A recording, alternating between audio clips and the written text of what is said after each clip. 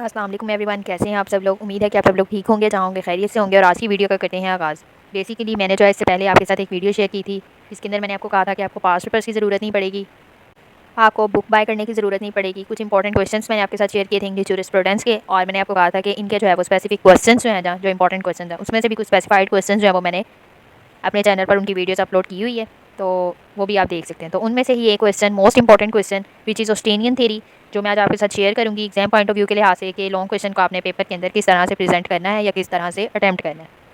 तो वीडियो को प्रोसीड करने से पहले आप सबसे रिक्वेस्ट है कि मेरे चैनल को लाइक कर लें, शेयर करें, सब्सक्राइब करें और बेल आइकन को प्रेस कर लें, ताकि लेटेस्ट वीडियो की अपडेट आप तक पहुँचती रहे।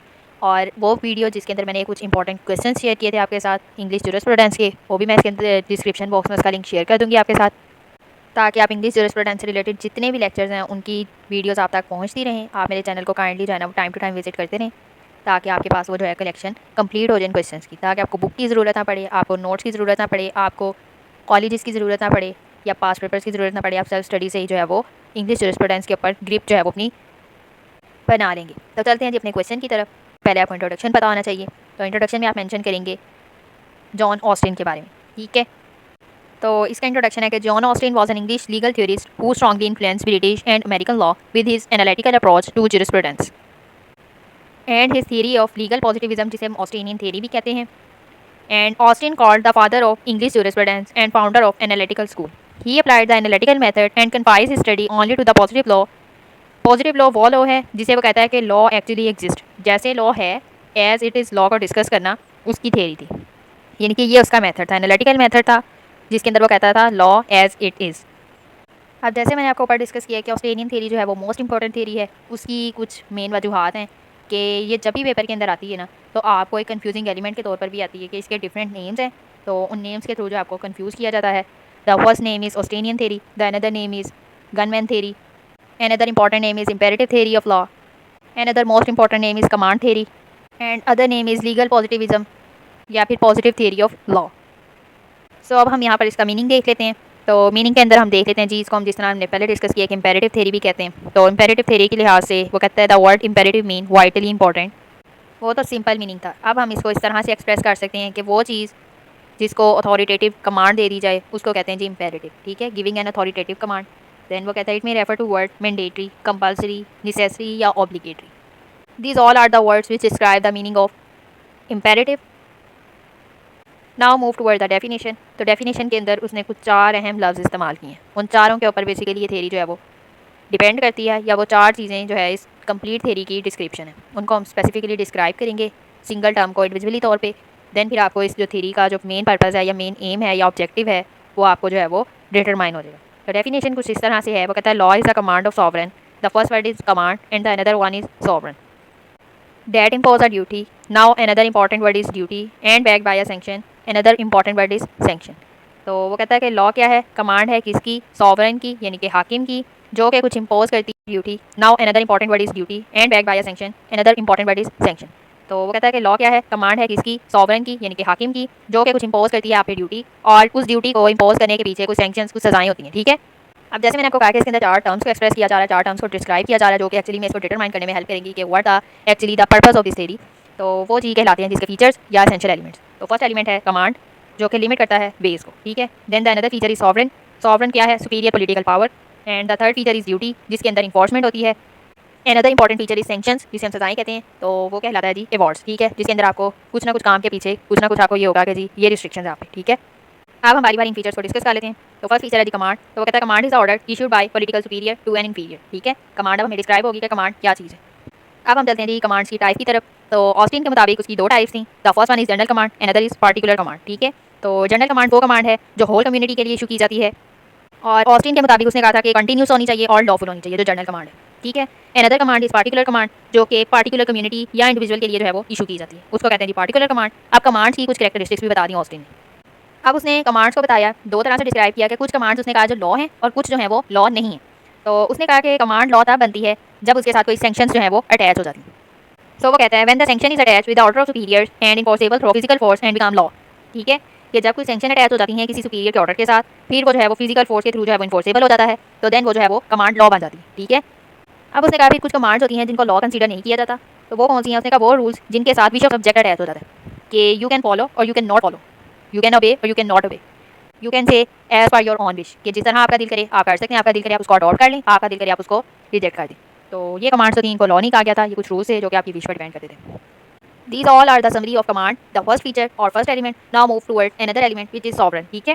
तो सोसाइटी जो है वो ओबे करेगी, ठीक है। तो इसकी प्रॉपर डेफिनेशन को कुछ इस तरह से डिस्क्राइब करते हैं कि sovereign is a person whom the bulk of political society habitually obey, ठीक है। आप फिर उसने सॉवरेन की भी कैरेक्टरिस्टिक्स बताएंगे। तो the first characteristics is source of law, कि every law is set by sovereign, यानी कि तमाम के तमाम जो कानून है वो हाकिम बनाता है, इसीलिए वो सोर्स ऑफ लॉ है। फिर उसने कहा कि सोर्स ऑफ पावर है, वो सोर्स ऑफ पावर किस तरह से है, उसने कहा in every state there is an ultimate authority acting as ultimate source of power. फिर उसने बता दी इंडिविजुअल ऑफ पावर, यानी कि जो टोटलिटी है सॉवरेनिटी की वो एक ही पर्सन के अंदर उसने कहा था कि पाई जाती है। The totality of sovereign vested in one person, ठीक है। Another characteristics is general obedience, जिसके अंदर वो कहता है कि the chief characteristics lies in the power that bulk of member of society follow the laws made by sovereign, या जिसे हम पॉलिटिकल सुपीरियर भी कहते थे। इसकी जनरल ओबीडियंस की कुछ इस तरह से उसने डिस्क्रिप्शन है, ऐसी खासियत जनरल ओबीडियंस की ये है कि जितने भी सोसाइटी के मेंबर्स हैं ना वो इसके लॉज को फॉलो करते हैं। Now move toward another feature या अनदर एसेंशियल एलिमेंट जो कि है जी ड्यूटी। तो ड्यूटी के बारे में जॉन ऑस्टिन कुछ इस तरह से बयान करते हैं कि कहता है law is to be obeyed to whom order is given, यानी कि उस इंसान को कानून को मानना है जिसको वो जो ऑर्डर है दिया जा रहा है, ठीक है। तो वो उसने ड्यूटी करार दे दी कि जिस इंसान को जो हुक्म सादर किया जाएगा वो उस हुक्म की तकमील करेगा, वो उसकी ड्यूटी है। अब वो ड्यूटी को फॉलो नहीं करता तो फिर उसके लिए आ जाएगा another essential element which is sanctions, यानी कि सजा दी जाएगी। वो सैंक्शन किस तरह से होगी उसको डिस्कस कर लेते हैं। अब सैंक्शंस को डिफरेंट जुरिस्प्रूडेंस के डिफरेंट जो है वो एनालिसिस की गई और डिफरेंट अप्रोचेस के थ्रू इसको डिस्क्राइब किया गया। तो वो कहता है कि द फर्स्ट वन इज के ऑस्टिन की थ्योरी के मुताबिक the term sanction is drive from the Roman law, जबकि सेलमेंट के मुताबिक वो कहता है according to Salmond it is instrument of coercion to enforce imperative law, यानी कि सेलमेंट ने इसको एक इंस्ट्रूमेंट कह दिया जो कि इंपेरेटिव लॉ को या ऑस्ट्रेलियन लॉ को या फिर पॉजिटिव लॉ को जो है वो इन्फोर्स करेगा, ठीक है। और रोमन लॉ के मुताबिक वो कहता है कि sanction means portion of statutes relating to the penalties. इस तरह मैंने आपको सिंपल वर्ड्स में बता दिया कि these all are the penalties, these all are the punishment, ठीक है। तो फिर सैंक्शंस की भी कुछ कैरेक्टरिस्टिक्स बताई गई कि the first characteristics is administration of justice, यानी कि ये एडमिनिस्ट्रेशन ऑफ जस्टिस करता है। तो वो किस तरह से करता है, physical force is a sanction applied in the administration of justice. Another important characteristics is order becomes law, कि जब किसी भी सुपीरियर ऑर्डर के साथ कहता है सैंक्शन अटैच होती हैं, जिस तरह हमने पहले कहा था कि कमांड्स लॉ बन जाती हैं, इसी तरह उसने कहा कि जब किसी भी ऑर्डर के साथ सैंक्शन अटैच होती हैं तो वो जो ऑर्डर है वो लॉ बन जाता है। तो यानी कि लॉ बनाने के अंदर सबसे अहम किरदार जो है वो किस चीज़ का है, सैंक्शंस का है। तो वो कहता है कि when sanction attach with superior order their order become laws. ये तो थे जी बेसिकली इसकी जितनी भी डिस्क्रिप्शन ऑस्टिन ने दी थी, या कह सकते हैं कि जॉन ऑस्टिन ने जितना लॉ को डिस्क्राइब किया था, लॉ के बारे में डिस्क्रिप्शन दी थी कि लॉ क्या है, कमांड है सॉवरेन की, जिसके अंदर उन्होंने सॉवरेन को भी डिस्कस कर दिया कि सॉवरेन कौन है, कमांड की कैरेक्टरिस्टिक्स बता दी कि दो तरह की कमांड थी, जनरल पार्टिकुलर कमांड लॉ और वो कमांड जो कि लॉ नहीं है। फिर सॉवरेन की कैरेक्टरिस्टिक्स, फिर सॉवरेन की कैरेक्टरिस्टिक्स के बाद उन्होंने फिर ड्यूटी का बताया, फिर ड्यूटी ना पूरी करने की सूरत में सैंक्शन की तरफ जाते हैं, उन सैंक्शंस की कैरेक्टरिस्टिक्स के बारे में बता दिया, उनकी डेफिनेशन के बारे में डिस्कस कर लिया। अब कुछ एक्सेप्शंस भी हैं इस थ्योरी के। तो वो कहता है कि ऑस्टिन के मुताबिक 3 एक्सेप्शंस हैं इस थ्योरी के, यानी कि जहाँ पे थ्योरी जो है वो अप्लाई नहीं होती। तो ये थ्योरी अप्लाई नहीं होती जी डिक्लेरेटरी लॉ पे, ये थ्योरी अप्लाई नहीं होती लॉ ऑफ रिपील पे, लॉ ऑफ इम्परफेक्ट ऑब्लिगेशंस पे। ये 3 जो थी वो इसकी एक्सेप्शंस थी। जब भी कोई थ्योरी आती है उस पर क्रिटिसिज्म भी किया जाता है, और ऑब्वियसली ऑस्ट्रेलियन थ्योरी या पॉजिटिव लॉ पे, पॉजिटिव थ्योरी ऑफ लॉ पे भी जो है वो क्रिटिसिज्म किया गया था। तो या इंपेरेटिव थ्योरी जिसे हम कहते हैं, तो इसका जो हम क्रिटिसिज्म देख लेते हैं कि the first criticism is command over stressed. तो जैसे मैंने आपको पहले डेफिनेशन के अंदर डिस्कस करके बताया कि ऑस्टिन के मुताबिक लॉ क्या था, एक कमांड था, ठीक है। तो इसको जो है वो क्रिटिसाइज़ किया गया है, और इसको क्रिटिसाइज़ किया है ऑलिवर क्रोना ने। वो कहते हैं Australian theory has been criticised by Olivecrona on his overemphasis on command. He said that in modern progressive democracies, law as an expression of the general will of people, यानी उनके कहने का मकसद था कि इंसान जो है वो अपनी मर्जी भी करता है, यानी कि कुछ इंसान की अपनी मर्जी भी होती है, हर चीज़ कमांड के थ्रू जो है वो इम्पोज नहीं की जा सकती, या हर लॉ जो है वो कमांड के थ्रू जो है वो प्रोसीड नहीं होता। तो जिसके अंदर उन्होंने मॉडर्न डेमोक्रेसी की एग्जाम्पल भी दी थी। देन फिर क्रिटिसिज्म किया गया था इनकी अनलिमिटेड सॉवरेन पावर पे, ठीक है। तो इनकी जो अनलिमिटेड सॉवरेन पावर के ऊपर क्रिटिसिज्म किया था वो किया था जी जेथरो ब्राउन ने। उन्होंने कहा था कि सॉवरेन को जो है वो अनलिमिटेड पावर इंटाइटल की गई, कि जिसके अंदर सॉवरेन पावर जो रखता है इतनी अनलिमिटेड पावर रखता है कि वो किसी को भी जो है वो आंसरेबल नहीं है। तो दीज आर द ड्रॉबैक्स। तो किस तरह से उन्होंने डिस्क्राइब किया था, वो कहता है in the view of Austin law must be positive law that was set by superiors. Sovereign could not bound by duty, but Jethro Brown contended that sovereign could well bound by a duty toward his subject. यानी कि वो कहते थे कि sovereign जो है यानी कि सुपीरियर पॉलिटिकल सुपीरियर जो है वो भी बाउंड होना चाहिए, कि वो भी किसी इंसान को अपने सब्जेक्ट के लिए आंसरेबल होना चाहिए, ठीक है। तो another criticism is ignorance of inter relation between law and morality. तो मेजर क्रक्स उसने कहा कि ऑस्ट्रेलियन थ्योरी का क्या था कि इन्होंने लॉ को जो है वो इखलाकियात से बिल्कुल अलग कर दिया था। फिर कुछ इसके बारे में अल्पियन ने कहा था, अल्पियन ने कुछ इस तरह से लॉ को कहा था, उसने कहा था law describe as a art और science of what is equitable and good. ये लॉ जो है वो ये बताता है, ये वो फन है जो कि आपको बताता है कि क्या चीज़ इंसाफ है और क्या चीज़ अच्छी है। जबकि इनका टोटल आइडिया क्या था कि जी सॉवरेन जो है वो अनलिमिटेड है इन पावर में, और साथ में जी कि लॉ जो है वो कमांड है किसी पॉलिटिकल सुपीरियर की, जिसके अंदर इन्होंने इक्विटेबिलिटी या गुडनेस किसी चीज़ को डिस्क्राइब नहीं किया था। तो ये कहते थे जो ड्यूटी है उसको भी जो है वो बैक किया गया था सेंक्शंस के थ्रू, यानी कि जो इम्पोज की गई थी ड्यूटी उसके पीछे उन्होंने कुछ सजाएं रखी थी। फिर और भी कुछ क्रिटिसिज्म आए, जिसमें से एक आया थी कि वन साइडेड थ्योरी है, जिसके अंदर इनको जॉन साल्मन ने जो है वो क्रिटिसाइज़ किया था। तो उन्होंने किस तरह से इसको जो है वो क्रिटिसाइज़ किया था, वो कहते थे कि John salmon criticised that Australian theory was one sided, it discuss the formal sources and ignore the material sources. अब मटेरियल सोर्सेज के अंदर क्या आ जाती थी चीज़ें जी, प्रेसिडेंट, कस्टम्स, लेजिस्लेशन, जबकि उसने कहा कि ये जो चीज़ें हैं this is the beauty of law, the material sources are the beauties of law, कि इनके बगैर जो है वो कानून के अंदर हुसन ही नहीं रहता। जब तक आप प्रेसिडेंट को नहीं देखते, आप कस्टम्स को नहीं देखते, आप लेजिस्लेशन को नहीं देखते, तो आप लॉ को डिस्क्राइब नहीं कर सकते, आप लॉ के एक्चुअल मीनिंग को अंडरस्टैंड नहीं कर सकते।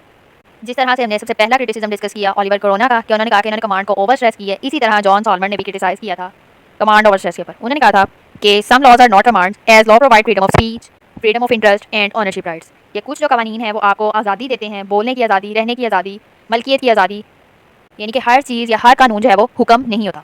फिर कुछ और भी क्रिटिसिज्म आए थे, जिसमें आया था जी ये एथिकल्स लॉ हो गए, मोरल लॉ हो गए, इनके लिए आपको सॉवरेन की ज़रूरत नहीं होती, ये पॉलिटिकल सुपीरियर्स की ज़रूरत नहीं होती। These all are follow by itself, ठीक है, कि उनके लिए आपको किसी की ज़रूरत नहीं होती कि आप उसको किसी इंसान के थ्रू जो है वो इम्पोज करें, ठीक है।